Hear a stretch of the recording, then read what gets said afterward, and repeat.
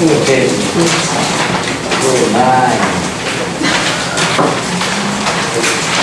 I don't know.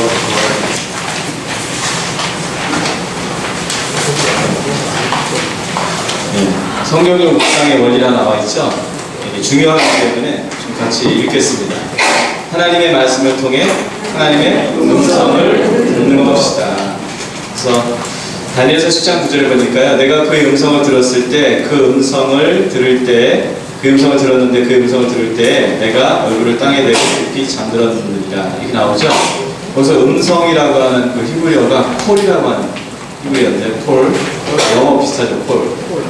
이게 보이스라는 말입니다. 보이스. 진짜 음성을 들었다는 거예요.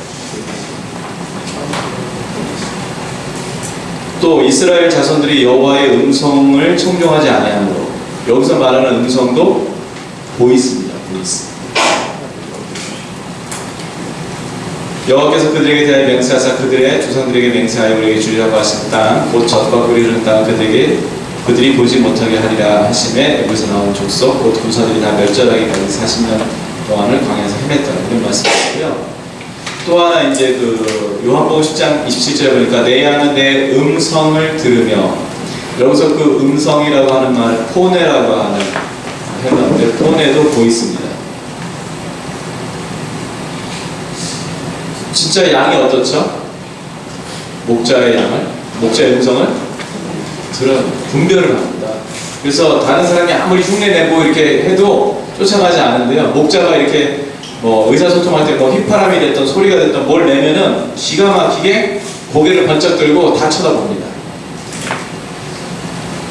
볼지어다 내가 문 밖에 서서 두드리노니 누구든지 내 음성을 듣고 문을 열면 내가 그에게로 들어가 그와 더불어 먹고 그는 나와 더불어 먹으리라, 이렇게 말씀하고 있죠. 네. 여러분, 우리가 예수님을 만난다고 할 때 그 만남이 뭐겠어요? 실체가 얼굴 보는 건 아닐 거고, 뭐 그렇게 뭐 환상적으로 보는 분이 있는데 그 환상을 조합해 보면은 공통점은 흰 옷 입으셨다 그런 거고, 뭐 생긴 거는 뭐 각자 뭐 다 틀려요. 뭐 알 수가 없어요. 그런데 예수님 만났다고 할 때 실제가 뭐겠어요? 음성을 듣는 거예요. 그러니까 이제 귓가로 들리는 음성을 많이 생각하는데 그런 부분이 아니고요, 직관적 메시지죠. 말씀하시는 분이 바로 하나님이시구나 라고 하는 것을 경험하게 됩니다. 묵상의 핵심은요, 하나님이 나에게 주시는 말씀을 듣는 거예요.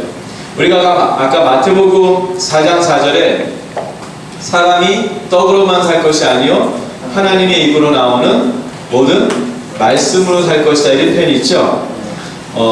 마태복음 기자는요, 그 말씀을 나타낼 때 다른 성경 기자 도 마찬가지지만 특히 마태복음 기자는 로고스와 레마라고 하는 이 두 단어를 도식화시켰어요. 도식화시켰다는 게 뭐예요? 딱 구분졌다는 거예요. 아주 분명하게. 이게 마태복음의 특징이에요. 하나님의 입으로 나오는 말씀으로 산다 그럴 때 당연히 많은 분들이 로고스라고 생각을 하는데 그렇지가 않아요. 마태복음에 레마라고 하는 단어가 딱 두 번 나옵니다. 어디 나오냐면은 마태복음 4장 4절에 하나님의 입으로 나오는 말씀할 때 그 말씀이 레마고요. 또 어디 나오냐면요, 마태복음 26장 75절, 여러분 교환에 있습니다. 말씀 읽어보죠. 이에 베드로가 예수의 말씀에 다 울기 전에 내가 3번 나를 부인하라 하심이 생각나서 밖에 나가서 심히 통곡하니라. 자, 이거 누구에게 하신 말씀이에요? 베드로에게 개인적으로 하시는 말씀. 그게 레마예요.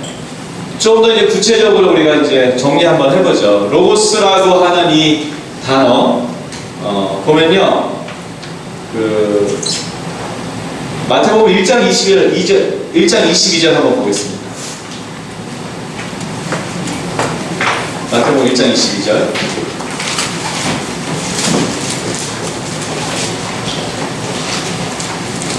네, 같이 좀 읽어주시겠어요? 시작.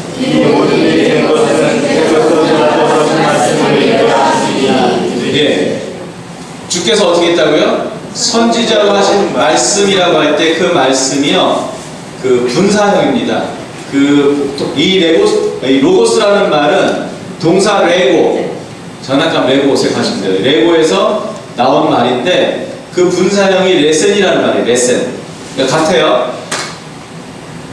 마태복음에 말씀이라는 로고스와 관련된 그 세 가지 용법이 있는데 첫 번째가 뭐냐면은 선지자의 말씀에 그런 구절들이 여러 차례 나오죠. 또 나오죠. 2장 15절에도 나오고요. 2장 17절에 나옵니다. 그럼 볼까요? 어떤 말씀인지? 선지자 누구의 말씀에 이런 표현들이 마태복음에 굉장히 많이 나와요. 그 말씀을 예수님이 이루셨다고 하는 거거든요. 그죠? 같이 읽어보겠습니다. 시작. 2장 15절.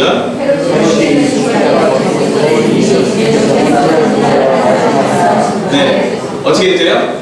선지자를 통해서 하신 말씀이에요. 다시 말해서 마태복음에서 로고스가 가지고 있는 첫 번째 용법이 뭐냐면은 구약에서 예수님을 예언한 예언의 말씀, 구약의 말씀입니다. 그거를 로고스라고 보통 표현합니다. 로고스.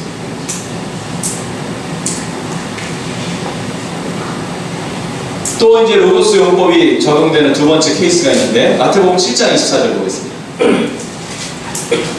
마태복음 7장 24절.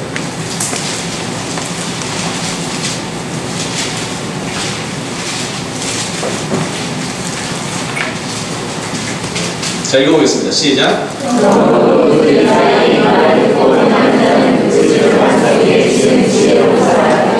네, 거기서 그 말, 이 말을 듣고 거기서 말은 뭐예요? 예수님의 말씀. 어떤 말씀? 예수님이 사람들에게 가르치는 교훈의 말씀이거나 선포한 선포의 말씀. 보통 이제 디다케와 캐리그마라고 얘기하는데 그 말씀을 가리킬 때 로고스라고 표현합니다. 이건 사역에서 사용하시는 말씀. 자, 첫 번째 뭐였다고요? 구약에 인용되는 말씀. 두 번째는 뭐라고요? 예수님의 사역에서 그 사역의 가르침이나 선포를 나타내는 말씀을 로고스라고 한다. 세 번째는 뭐냐면 8장 8절과 16절. 8장 8절 보겠습니다. 네, 읽어주세요. 8장 8절 찾으시면 돼요. 시작.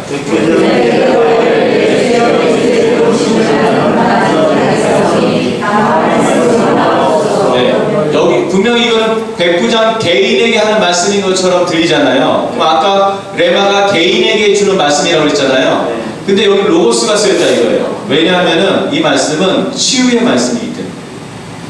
치유의 말씀. 같은 맥락에서 16절 말씀 한번 보겠습니다. 16절. 같이 읽어보죠. 시작.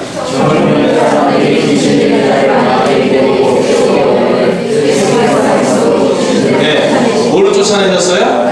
말씀. 그러니까 권능의 말씀이에요. 치유와 권능의 말씀을 나타낼 때 로고스예요. 마태복음 기자는 이걸 아주 명확하게 이렇게 구분하고 있습니다. 근데 레마는 어떤 말씀이라고요?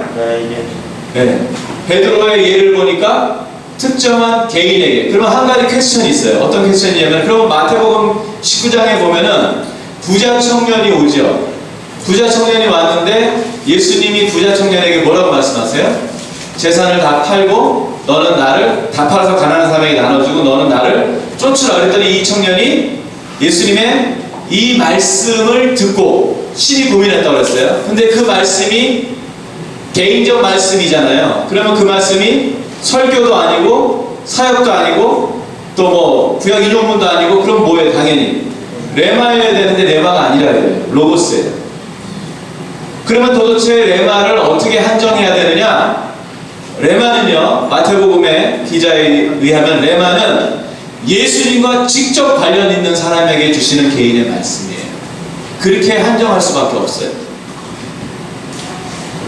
여러분, 우리가 하나님의 음성을 들을 수 있는 그 레마의 말씀을 들을 수 있는 근거가 뭐예요? 내가 하나님의 자녀이기 때문에. 그러니까 안 들려요 이런 말 하지 마세요. 안 들리는 게 아니라요, 익숙하지 않고요, 들었지만 들은 줄 모르는 거예요. 왜? 모르니까 진짜. 들어본, 예, 그냥 그리고 의심하는 거죠. 정말 하나님 당신이니까. 그걸 아셔야 돼요. 묵상하면서 여러분 하나님께 많은 순종을 배우는데 그 중에 하나가 뭐냐면은 하나님 말씀하시는 것들을 그대로 받는 것. 이게 쉬울 것 같죠? 쉽지가 않아요. 왜 쉽지가 않냐면은 내 이성과 경험이 충돌을 합니다. 그게 참 어려워요. 이따가 얘기할 거예요, 뒷장에서. 그래서 우리에게는 겸손과 온유가 필요하다고 말씀 앞에 섰을 때마다. 자, 우리가 이렇게 하나님의 음성을 들을 수 있는 것, 기록된 로고스의 말씀을 통해서 레마의 말씀을 들을 수 있는 것, 이제 마태복음에 한정해서 얘기하는 거예요. 근거가 뭐냐? 성령님이 계시기 때문에. 성령. 자, 사실은 이 로고스는 마태복음에 보니까 뭐예요? 불특정 다수에게 주시는 말씀일 수 있어요. 하나님 말씀이긴 하나님 말씀인데 어때요? 불특정 다수에게 주시는 말씀일 수 있어요. 그런데요, 레마는요, 직접 예수님과 관계를 맺고 있는 사람에게 주시는 말씀입니다. 그런데 놀랍게도 마태복음 4장 4절은 하나님의 입으로 나오는 모든 말씀으로 살아야 된다 할 때 뭘 썼다고요?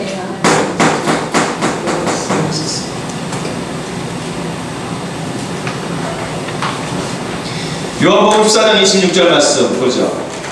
거기 밑에 써 있습니다. 보혜사 곧 아버지께서 내 이름으로 보내실 성령, 그가 너에게 모든 것을 가르치시고 내가 너에게 말한 모든 것을 생각나게 하시고. 그러니까 묵상을 한다는 것은 성령님을 인정하는 것이고 성령님께 내 생각의 주도권을 넘겨드리는 일이에요. 내가 깨달아지는 게 아니에요. 여러분, 어거스틴 이후로 인간 이해의 중요한 전제가 뭐냐면은 인간은 완전히 타락했다는 거예요. 전적 부패와 전적 무능, 영적인 것에 관해서. 여러분, 이런 얘기 들어보셨죠? 이건 장로교의 교리가 아니고요. 이거는 어거스틴 이후로 내려오는 개신교의 인간 이해입니다. 그게 뭐라고요? 인간은 전적으로 타락했고, 전적으로 부패했고, 무능하다. 그러니까 인간 스스로 구원받을 수 있다, 없다? 없어요. 선한 것을 깨달을 수 있다, 없다? 없어요. 그런데 얼마나 많은 분들이 교만한지 자기가 깨달을 수 있다고 생각을 하니까 헷갈리는 거예요. 여러분, 묵상을 할 때 성령의 조명이 없으면, 성령의 도우심이 없으면 그 누구도 깨달을 수가 없습니다. 이게 뭐 공부해서 되는 게 아니에요. 묵상은 철저히 하나님과의 관계예요. 관계. 인격적 관계. 누가 주도하시냐? 성령이 주도하세요. 우리가 할 수 있는 일이라는 것은 말씀 앞에 앉아있는 것 뿐이에요. 말씀을 펴서 하나님의 음성을 듣기 위해서, 하나님 만나기 위해서 앉아있는 것, 거기는 우리가 해야 될 일이에요. 거기까지는. 그러나 그 이후로 어떤 생각들이 오고 떠오르고 뭐 이런 주어지는 것들 어떻다고요? 성령이 주시지 않으면 그 어떤 선한 것도 우리가 영적인 것도 깨달을 수가 없다. 그러니까 불교에서 요즘 아주 골 때리는 일들 많이 해요. 그 머리 깎으신 분들이 불경이 어려워가지고 불경 공부하는 게 재미가 없다고 그러더라고요. 그래서 요즘 동국대도 이 불교과가 미달이야. 심지어는 우리 동네 저희 동네는 그 불광동 쪽이, 서울의 불광동 유명한 진간사, 삼천사 유명한 절들이 많은데 중모집이야. 중모집. 돈도 준다나? 그래가지고 무슨 짓을 하고 있냐면 요즘 절에서 요한복음 강해를 하고 성경을 강의해요. 근데 청년들이 열광을 해, 거기에서. 그래서 뭐라고 얘기하냐면은, 거기서 주워 들어가지고, 하나님이 무소부세하지 않냐, 이거야. 그리고 하나님 주권자 전능하지 않냐, 이거야. 그러니까, 하나님이 목사님을 통해서도, 이게 또 그럴 때 또 칭호를 써줘요. 목사님을 통해서도 하나님 얼마든지 얘기하실 수 있지만, 하나님 필요하시면 스님을 통해서도 얘기할 수 있지 않냐, 이거야. 그러니까 굳이 꼭 교회 가야 될까요? 그러면 막 청년들이 막 박수 치고 막, 지랄을 떨어지랄. 여러분, 모르는 게 있어요, 스님들이. 뭐냐면은 성경은 성령에 의한 책입니다. 이건 공부한다고 가르칠 수는 있어요. 신학적인 것들을 가르칠 수 있지만 생명을 줄 수 있지 않아요. 여러분, 진리는 그냥 지식이 아니에요. 진리는 생명입니다. 진리는 능력이에요. 진리는 빛이에요. 그게 오면 어떤 현상이 벌어질까요? 실제로 생명이 얻어지는 역사가 일어나요. 눈이 밝아지는 역사가 일어나요. 내 안에 어둠이 물러가는 역사가 일어나요.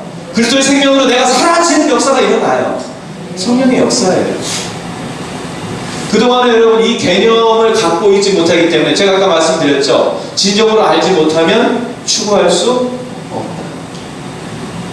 개념을 부분적으로는 갖고 계셨을 거예요. 여러분이 묵상을 뭐 단어가 생소하든 뭐든 제가 지금 드리는 말씀이 여러분이 정말 거듭난 그리스도인이라면 부분적으로 들어본 얘기 같고 경험한 얘기 같고 맞아요. 해보셨어요. 그런데요, 정확하게 개념을 안 갖고 있었을 뿐이에요. 그러니까 개념을 갖고 있지 못하다 보니까 이거를 의도적으로 이 방향으로 가지 못했을 뿐이에요. 이 시간을 통해서 정리하세요. 묵상이라는 것이 단순히 말씀 펴놓고 앉아있는 게 아니라 성령이 인도하시는 대로 성령의 조명하심을 따라 내 눈이 열리고 내 감성이 다 열려서 주의 기이한 법을 내가 깨달아 알아지는 거구나. 그렇게 알아질 때 그 말씀은 내 마음에 심기게 되고 내가 그 말씀을 하루 종일 생각하게 될 때 그것이 나의 삶에 성육신이 일어나는 거구나. 말씀이 성육신이 일어나는 거예요. 형상이 없는 말씀 같지만 그 말씀이 육화되는 거예요. 누굴 통해서? 나를 통해서. 말씀이 구현되는 거예요. 그게 뭐라고 얘기하는지 아세요? 그것이 바로 말씀의 능력이다. 이렇게 얘기하는 거예요.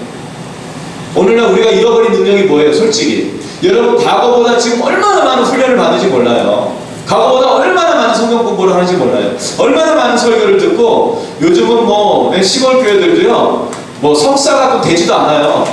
뭐 박사 이상한 허접한 거라도 받아와야 되는 거예요. 스펙만 높아지고 있어요. 그런데 어떤 문제가 생기고 있어요? 반대급부적으로 말씀의 능력이 뭔지를 모르고 있어요. 우리가. 그럼 왜 그럴까요? 말씀을 펴고 성령을 의지하는 것들을 우리가 놓쳤기 때문에 성령이 주시는 말씀을 듣지 않기 때문에 생명의 역사가 일어나지 않는 거예요. 여러분 이제 경험해 보시면 돼요. 어려운 게 아닙니다. 익숙하지 않았던 거고요. 잘 몰랐던 뿐이에요. 그런데 오늘 주님이 말씀하세요. 뭐라고 말씀하세요? 성령 그가 너에게 모든 것을 가르치고 내가 너에게 말한 모든 것을 생각하게 하시다. 교리는 배울 수 있어요. 신학은 사람한테 배울 수 있어요. 그러나 생명은 사람한테 배우는 게 아닙니다. 여러분 그걸 기억하셨으면 좋겠어요. 어떻게 들어야 되는가? 예수님은 말씀을 씨앗에 비유하셨고요. 사람의 마음을 땅에 비유하셨죠. 같은 말씀을 묵상하면서 10페이지입니다. 어떤 사람은 묵상을 통해 하나님과 친밀감을 누리고 믿음의 결실을 맺지만 어떤 사람은 여전히 친밀감을 누리지 못한 채 아무런 열매도 내지 못해요. 이유가 뭘까요? 마음 상태 때문에. 마음 상태. 어떻게 우리 마음을 옥토로 만들 수 있을까? 여러분 예수님 오신 목적만 기억하면 돼요. 자기 백성을 죄에서 구원하시기 위함이다. 그러면 우리가 어떤 마음을 가져야 돼요? 어떻게든지 죄를 버리려고 하는 것, 싫어하고 미워하는 것, 그건 우리가 해야 될 일이에요. 죄를 버리기 위해서 대가 지불하는 거요, 두려워하지 마세요. 손해볼 거라고 생각하지 마세요. 거짓 메시지입니다. 물론 처음에 잘못된 삶을 살았기 때문에 대가 지불할 때 어려울 수 있어요. 그래서 처음에 제가 깔끔하게 정리해 드렸잖아요. 예수 믿는 순간 우리 뭐 했다? 망했다. 그렇게 생각하면 아주 편하다니까 이게. 묵상하면서 제가 이제 5년, 6년째 이 사역을 하면서요. 사실 이제 정규 묵상학교는 묵상을 하루에 2번, 3번씩을 시켜요. 8주 동안. 그리고 다 4개 만들어요. 그러면 그 낸 묵상을 제가 다 읽고 피드백을 해드려요. 어떤 기준을 제공하고 있기 때문에 기준은 이따 설명해 드릴게요. 그런데 이제 저분이 묵상이 돼야 되는데, 다시 말해서 음성을 들어야 되는데 왜 못 들을까? 저분이 하나님과 친밀할 것 같은데 왜 안 될까? 굉장히 의구심을 갖게 하는 분들이 있어요. 그래서 이상하다. 그리고서는 이제 고민하고 있으면 그분이 와서 자폭을 해요. 자폭을. 어떤 자폭을 하냐면은 자기의 죄를 커밍아웃해요. 성적인 죄, 재정적인 것들, 이런 것들 있잖아요. 그런 것들을 오픈해요. 그럼 제가 뭐라고 그럴까요? 저는 그냥 딱 한마디만 해요. 버리셔야 합니다. 적어도 하나님께 버리시겠다고 말씀하십시오. 그리고 어떤 대가라도 지불하겠다고 말씀하십시오. 도와달라고 얘기하십시오. 방법이 없습니다. 여러분, 암이 걸렸어요. 근데 살 수 있는 방법이 수술하는 거네요. 그럼 여러분 어떻게 하실 거예요? 수술하실 거예요? 안 하실 거예요? 해야죠. 그게 사는 방법이라면 해야죠. 만약에 이 땅에서 내가 더 살고 싶어요. 그런데 팔을 하나 버려야 된대요. 그럼 어떻게 하실 거예요? 버려야죠. 오늘날 너무나 많은 분들이 죄를 버리려고 하지 않아요. 사실은 죄가 뭔지도 잘 몰라. 너무나 안타까워. 여러분, 죄는요, 우리가 규명하는 게 죄가 아니에요. 구원도 그러하듯이 죄는 누가 규명하냐면은 하나님이 규명을 하세요. 하나님이 죄라고 하면 그게 죄예요. 하나님이 하지 말라고 한 거 있잖아요. 그거 죄예요. 동성애, 많은 분들이 얘기해요. 자꾸 동성애 갖고 얘기하는데, 여러분, 그리스도인들은요, 심플합니다. 명시로 나와 있어요. 동성애 뭐예요? 죄예요. 그리고 그 죄의 결과가 어떻다는 것은 이미 의학적으로 증명되고 있어요. 동성애자들 상당수가 수치감에 의해서 자살합니다, 나중에. 왜 자살하는지 아세요? 항문 파열로. 네. 대부분 항문 파열로 자살해요. 우리나라 지금 동성애자들한테 들어가는 의료비가 얼마인지 아세요?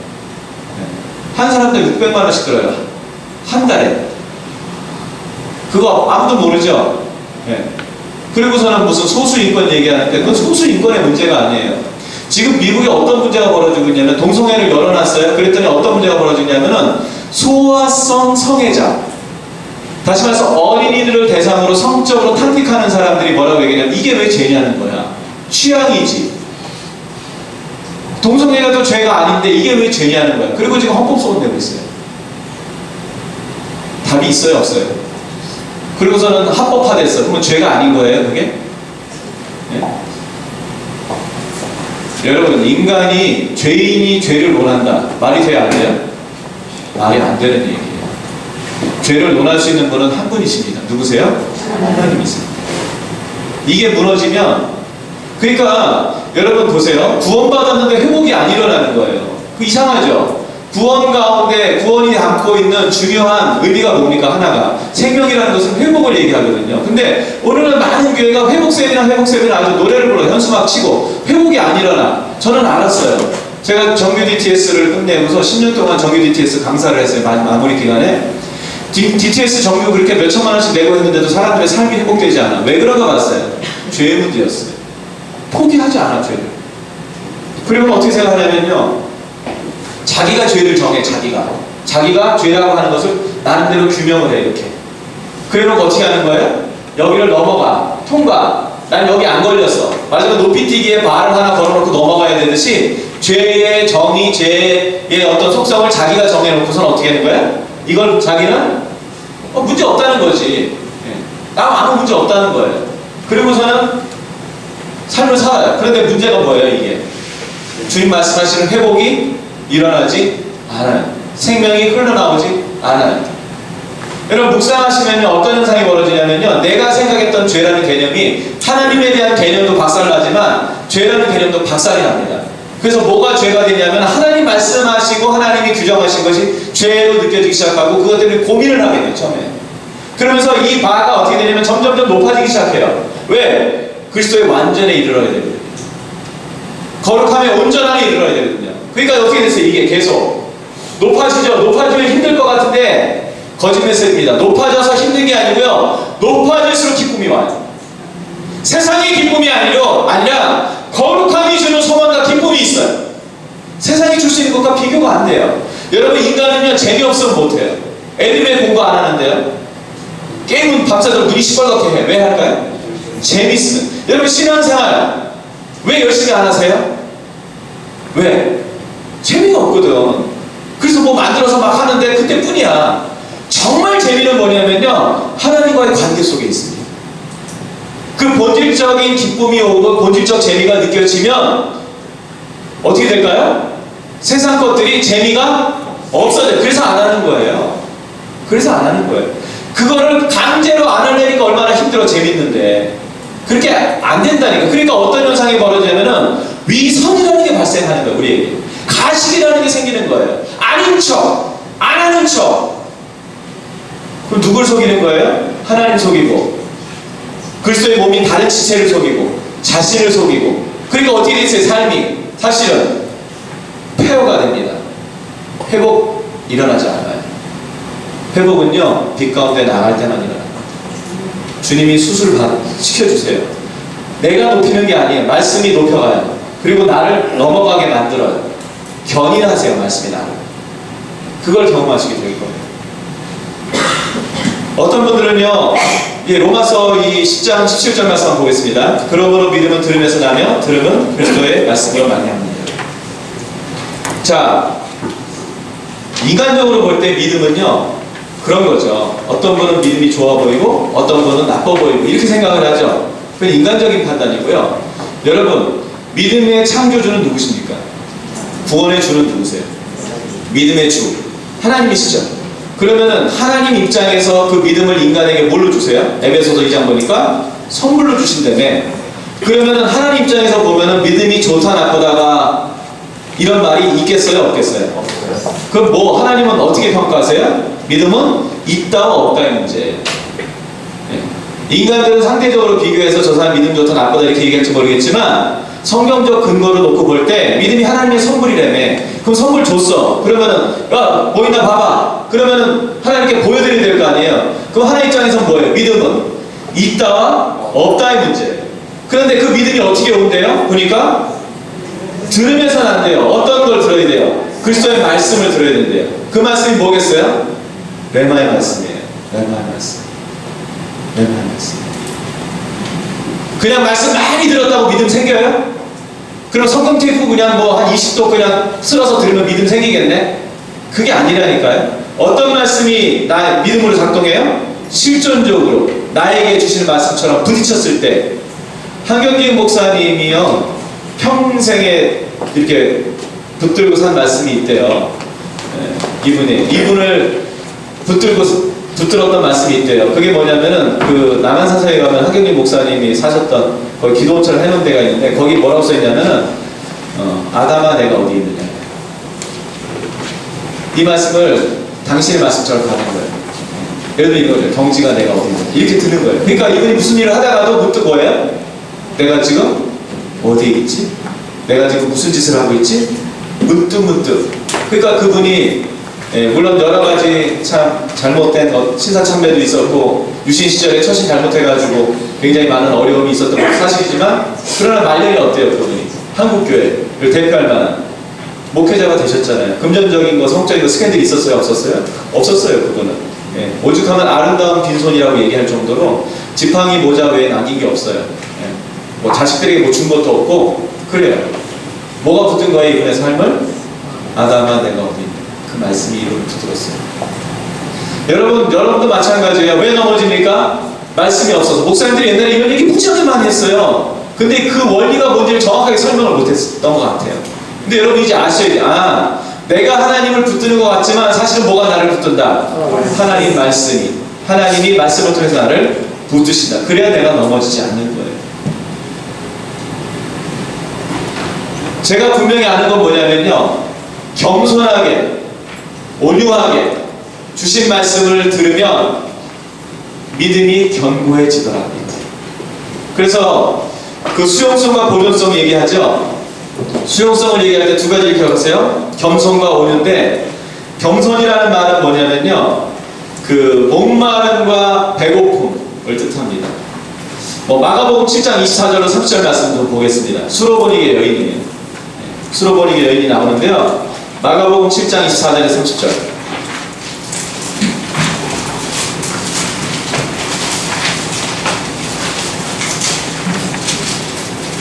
7장 24에서 30.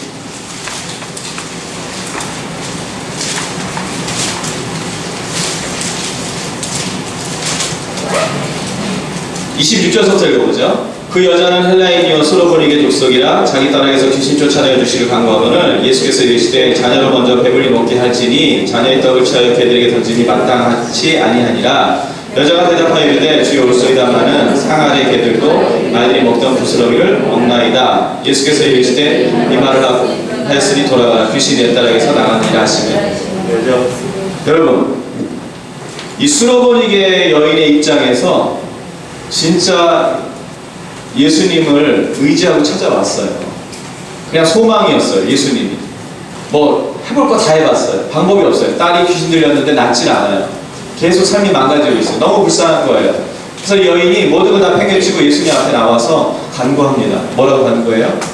내 딸을 좀 고쳐달라. 그럼 우리가 알고 있는 예수님의 성품상 어떻게 하셔야 돼요? 이거를 고쳐주셔야 되는데 그날따라 예수님이 이해할 수 없는 말씀을 하십니다. 뭐라고 말씀하세요? 자녀들의 떡을 쳐요?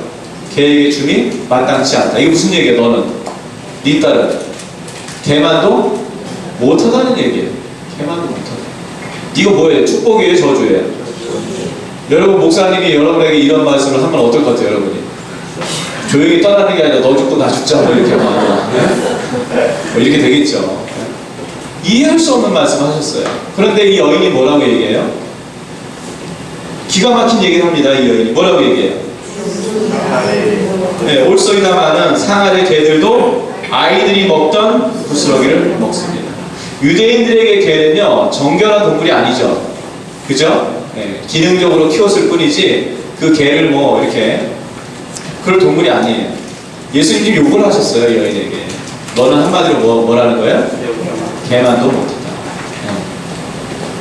진짜 이건 욕입니다. 우리가 알고 있는 그 욕이에요. 그런데 여인이 개라고 할 때, 자신을 개라고 표현할 때, 이 개는 좀 입장이 좀 달라요. 이거는 뭘 얘기하냐면 한마디로 로열티, 충성을 얘기합니다. 근거가 뭐냐면요. 보세요. 여러분, 이 여인이 자신을 개처럼 여기는 거예요. 근데 자신의 주인을 누구라고 생각하냐면 지금 예수님이라고 생각하는 거예요. 자기에게 먹이를 줘야 될 분이 누구냐면 지금 예수님인 거예요.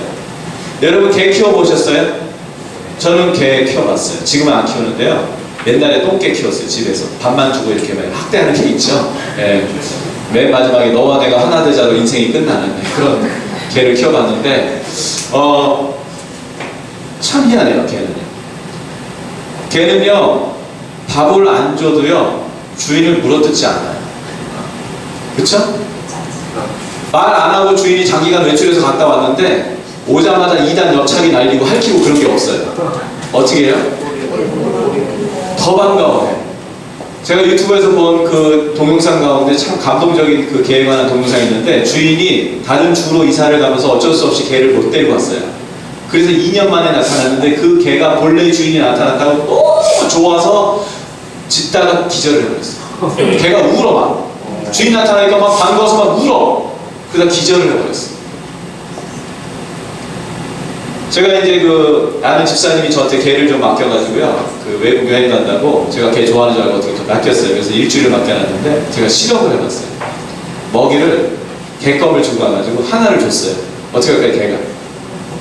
먹고 좋아하죠. 또 달라고 꼬리치고 또 하나를 줬어요. 어떻게 할까요? 꼬리치고 또 해요.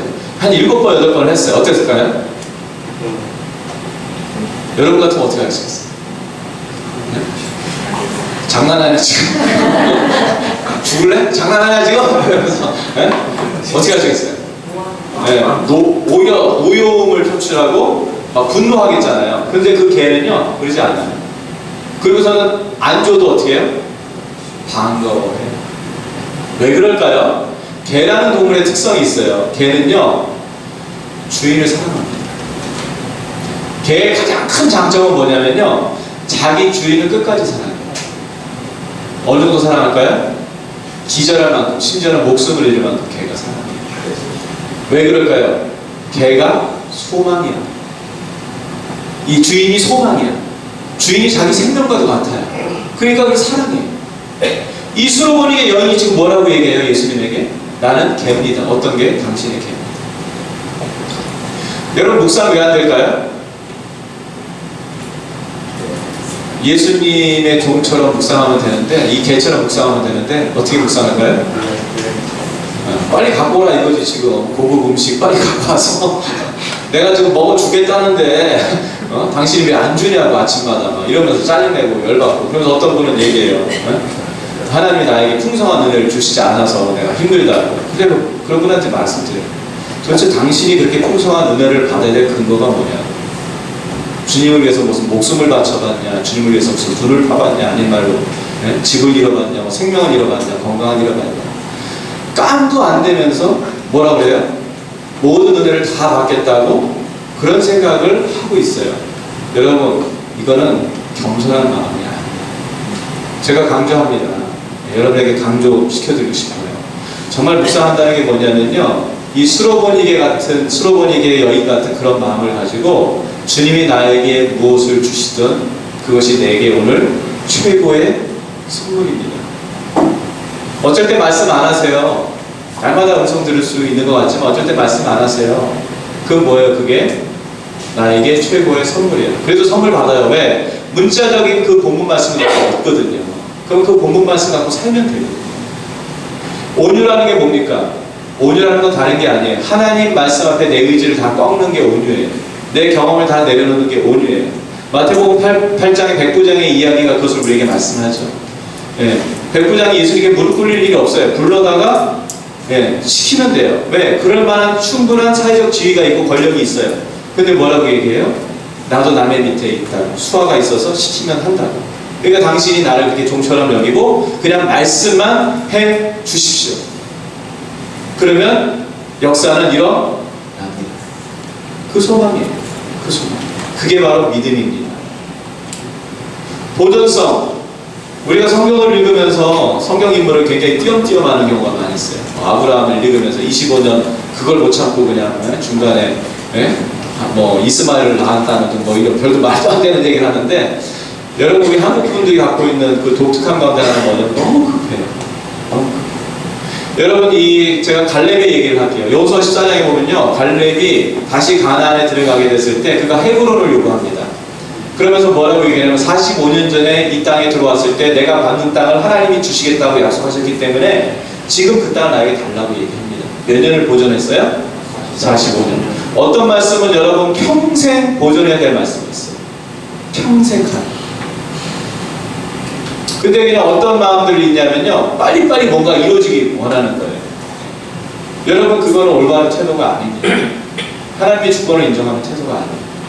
그러면 어떤 이런 일들이 이렇게 겸손하고 온유하고 하나님 말씀을 수용하면 우리에게 믿음이 생기는데, 강력한 믿음이 생겨요. 그 믿음의 종류가 뭐냐면은 대가지불, 또 하나는 관계. 대가지불을 얘기해보면요, 마가복음 8장 35절에 보면요, 예수님이 복음을 위해서 자기 목숨을 버리라고 얘기합니다. 저는 이제 망하라고 이거 굉장히 완화시킨 표현이에요. 예수님은 뭐라고 얘기하냐면은 나를 위해서, 그리고 복음을 위해서 뭐라고 해요? 목숨을 버리라고 얘기합니다. 버리라고. 주님의 부르심이에요. 굉장히 무섭죠? 그런데요, 정말 믿음이 있으면 어떨까요? 버릴 수 있을까요? 없을까요? 있어요. 있어요. 여러분 신앙은요, 대가지불입니다. 하나님 나라를 위해서 여러분 대가지불 하셔야 돼요. 한국교회의 가장 취약한 부분이 이 부분인 것 같아요. 대가지불이 없어요. 대가지불. 그냥 뭔가 받는 것만 생각을 하지 대가지불이라는 게 없어요. 근데 성경을 읽어보세요. 대가지불 어때요? 마태복음 16장 24절에 보니까 예수님을 따르는데 예수님 말씀하셨어요. 제자들에게 뭐라고 말씀하셨습니까? 누구든지 나를 따르려거든 자기를 부인하고 자기 십자가를 지고 나를 쫓을 것이라. 복음서 내지 신약 성경에서 가장 강력한 문장이 두 문장이 있어요. 그 문장은 명령형 동사가 3개가 연거푸 등장하는 문장인데, 첫 번째 문장은 구하라, 두드려라, 찾아라. 이게 다 명령형이에요. 두 번째 문장이 뭐냐면은 자기를 부인하라, 자기 십자가를 져라, 나를 쫓아라. 이게 다 명령형이에요. 오히려 가서 제자 삼아라는 명령형이 아니에요. 서술형이에요. 그러면 여러분 우리가 예수님을 따른다는 게 뭐예요? 자기를 부인하고 자기 십자가를 지고 예수님을 따르는 거예요. 그래서 제가 처음에 말씀드리잖아요. 예수 믿을 때 아직 깨끗하게 우리가 정리하고 믿자. 어떻게? 나는 망했다. 사실은 내 믿음이 더 생기면 나는 죽었다. 나는 죽었다. 이거예요. 내 생명은 예수님께 맡겼다. 그러니까 사도 바울이 로마서 14장에서 우리가 살아도 주를 위하여 살고 죽어도 주를 위하여 죽나니 그러므로 사나 죽으나 우리가 다 그리스도의 것이라고 얘기하는데, 이거는 그냥 뭐 표야, 표. 아니요. 표가 아니라니까. 이게 내가 살고 죽는 것은 누구의 것이에요? 누구의 것으로? 그리스도의 것으로. 그거예요. 날마다 말씀을 먹으면 그 소망이 생깁니다. 날마다 말씀을 먹으면 그 능력이 나옵니다. 여러분 두려워하지 마세요. 그냥 말씀만 먹으세요. 당장 하려고 하지 마세요. 근데 어느 날 돼 있을 거예요. 뭐가? 하나님 말씀이 나를 그렇게 이끌어 간다. 많은 분들이 묵상하면서 이제 마지막입니다. 어떤 걸 고민하냐면은 내가 정말 제대로 들었을까? 이게 내 생각이냐 하나님 생각이냐? 그 기준이 도대체 뭐냐? 기준을 하나 제공할게요. 마가복음 8장 22절로 26절 말씀입니다.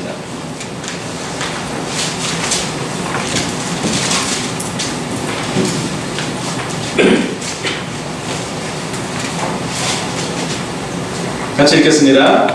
베세다 이름의 사람들이 맹인 한 사람을 데리고 예수께 나와 손대시기를 구하거늘 예수께서 맹인의 손을 붙잡으시고 마을 밖으로 데리고 나가사 그의 침을 뱉으시며 그에게 안수하시고 무엇이냐 부르시니 쳐다보며 이르되 사람들이 보이나이다. 나무 같은 것들이 걸어가는 것을 보나이다 하거늘 이에 그 눈에 다시 안수하심에 그가 주목하여 보더니 나아서 모든 것을 밝히 보는지라. 예수께서 그 사람을 집으로 보내시며 이르시되 마을에는 들어가지 말라 하시니라.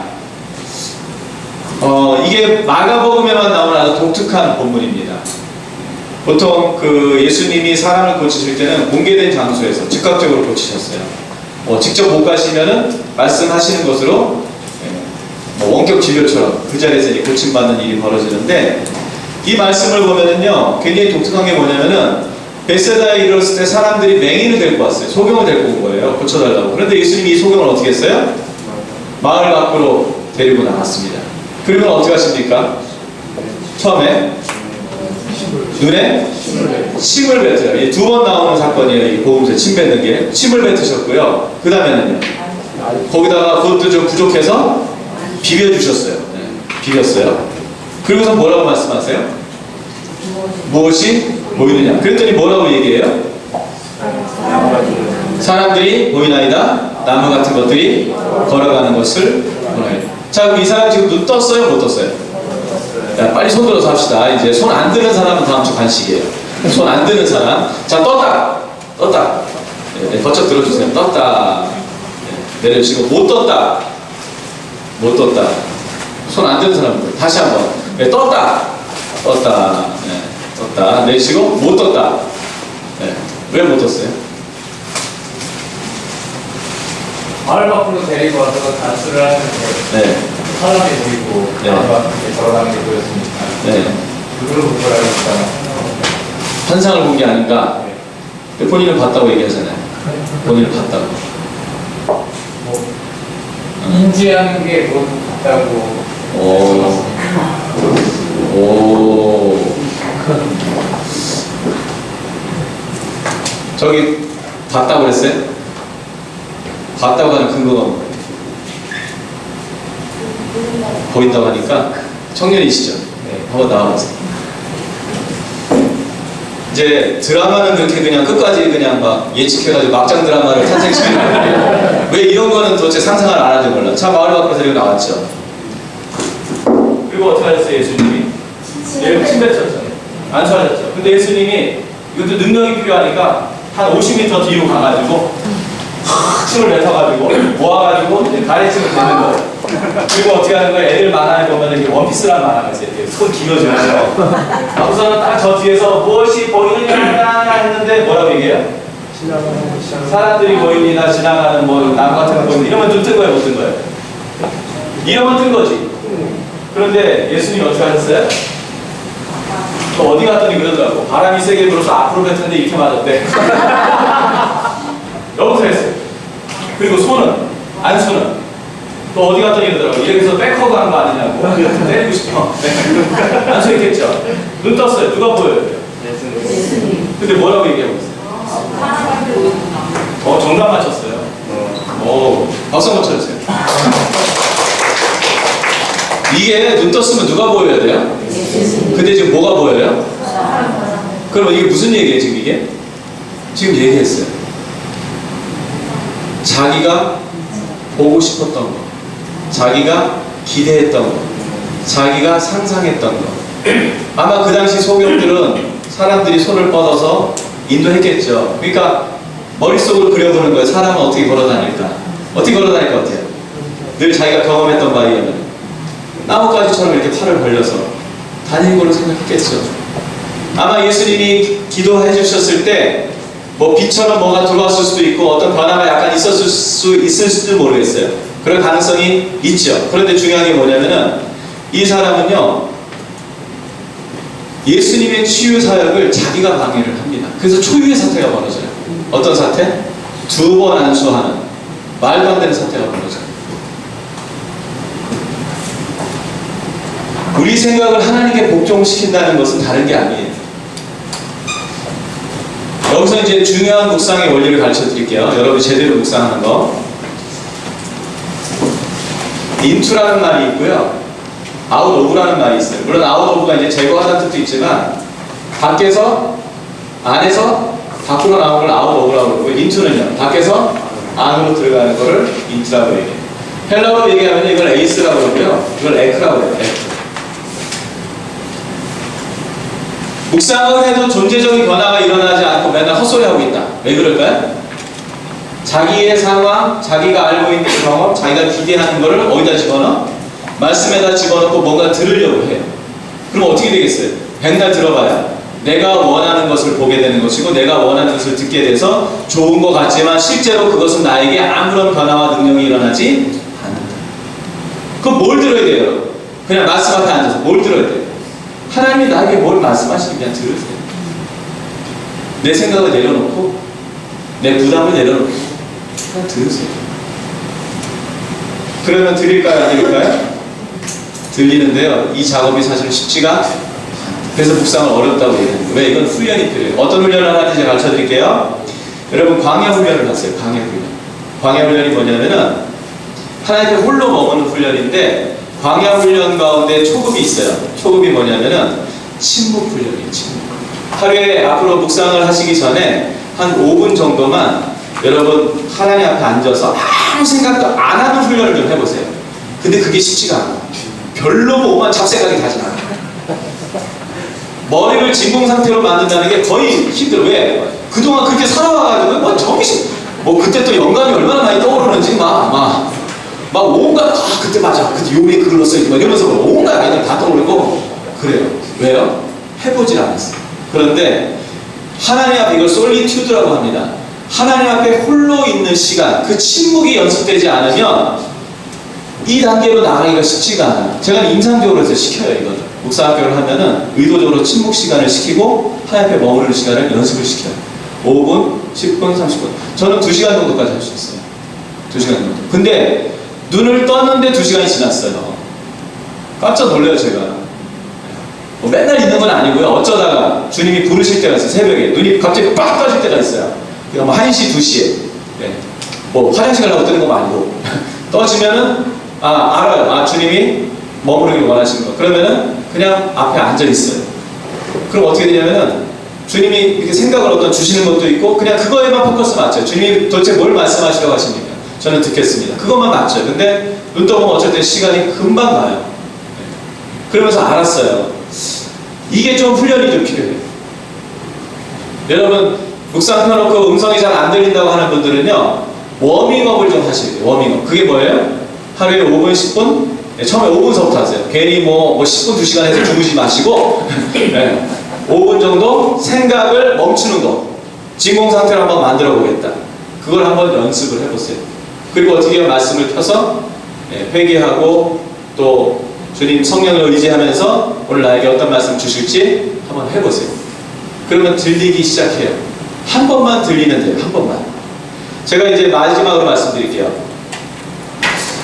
어떤 분이요 오셔가지고 되게 훌륭한 분이에요. 평신도로서 나무랄 게 없이 훌륭한 분이신데 이분이 들렸다 안 들렸다가 고민인 거예요. 그리고 이분이 묵상을 모르는 분도 아니에요. 근데 묵상 학교를 오셨어요. 근데 묵상을 계속 내시는데 제가 말씀드렸어요. 죄송한데 본문에 착륙을 좀 하시라고. 그냥 인공위성처럼 계속 아는 얘기 쓰지 마시고 그런 거 안 쓰셔도 다 아니까 하나님이 뭘 말씀하셨는가 제가 쓰시라고. 그러려면 만나셔야 된다고. 근데 이분이 만나는 게 뭔지 알거든요. 근데 그게 뭔가 잘 안 되는 거예요. 애를 쓰는 거죠. 어느 정도 애를 썼냐면 하루에 8시간씩 한 달을 앉아 있었어요. 매일 8시간씩 한 달. 어느 날 이게 터진 거예요. 어떻게 됐을까요? 그 다음에 걷잡을 수가 없어요. 평신도들도 이분이 사역하면 놀라운 일들이 벌어져요. 예를 들어서 성경 공부를 가르치잖아요. 그게 목사님이 가르치면 7명 모이는데 이분이 가르치면 70명이 모여요.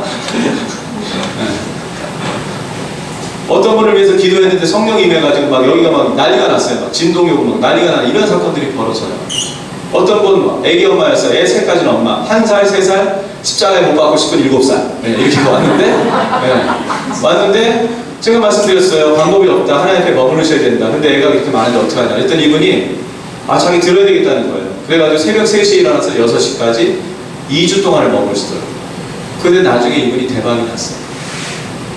그래서 알았어요. 하나님 앞에 앉아있는 것이 능력이구나. 뭐 마리아, 마르다에게 수도 없이 듣는데 사실 정말 앉아 계세요, 여러분? 솔직히. 그러니까 앞으로 과제는 뭐냐면요. 뭐 말씀 매일 한다 이것도 중요한데 그냥 앉아 계세요. 말씀 펴놓고 하나님 저에게 말씀하실 때까지 저 안 일어납니다. 예, 물론 기저귀 차시면 안 되지만 하여튼 저 안 일어납니다. 한 번이라도 돌파를 해보세요. 한 번이라도 이 학교 기간 내에. 그러면 여러분 일생에 여러분 영적으로 정말 이 기간이 도약하는 그런 기간이 될 줄 믿습니다. 기도하겠습니다. 하나님 감사합니다. 주님 짧은 시간입니다. 그렇지만 여기에 모이는 분들에게는 너무나 귀중하고 또 가치 있는 이런 시간들일 것입니다. 주님 간절히 구합니다. 성령께서 한 분 한 분을 만나시고 인도하시고 주의 음성을 듣는 축복을 주셔서 하나님 말씀 앞에 앉아있는 것을 통해서 영혼이 회복되고 영적인 능력을 얻고 또 생명의 부유함에 이르는 놀라운 역사를 경험할 수 있도록 축복하여 주시옵소서. 주님께서 행하실 것을 기대하며 존귀하신 예수 그리스도의 이름으로 기도드렸습니다. 네, 감사합니다.